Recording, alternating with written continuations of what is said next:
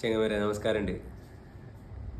ഇന്നലെ 16/8/2025 ഉത്തരേന്ത്യയിലൊക്കെ ഇന്നലെയാണ് ശ്രീകൃഷ്ണ ജയന്തി അഥവാ ജന്മാഷ്ടമി ആഘോഷിക്കുന്നത്. പക്ഷെ ഇന്നലെ നാട്ടിൽ വിളിച്ച് അന്വേഷിച്ചപ്പോൾ നാട്ടിലെ കലണ്ടറിലൊക്കെ സെപ്റ്റംബർ 14 സെപ്റ്റംബർ 16 അങ്ങനെ സെപ്റ്റംബറിൽ ഏതൊരു ഡേറ്റ് പറഞ്ഞു.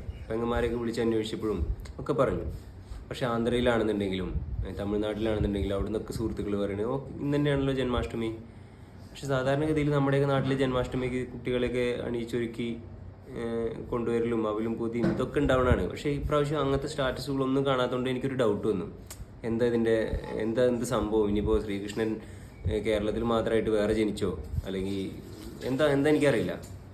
അതോ ഇനി അതിൽ വേറെ എന്തെങ്കിലും തരത്തിൽ നമ്മൾ ആഘോഷിക്കുന്ന രീതി മാറ്റമുണ്ടോ, അല്ലെങ്കിൽ അങ്ങനെ ഏതെങ്കിലും വ്യത്യാസമുണ്ടോ എന്നൊന്നും എനിക്കറിയില്ല. നിങ്ങൾക്ക് ആർക്കെങ്കിലും ഇതിനെക്കുറിച്ച് അറിയുന്നുണ്ടെന്നുണ്ടെങ്കിൽ ഒന്ന് കമൻറ്റ് ബോക്സിൽ ഒന്ന് പറഞ്ഞേരി. എന്തായാലും ശ്രീകൃഷ്ണൻ രണ്ടായിട്ട് ജനിച്ചിട്ടില്ലല്ലോ. ശ്രീകൃഷ്ണൻ ഒരാളേ ഉള്ളൂ.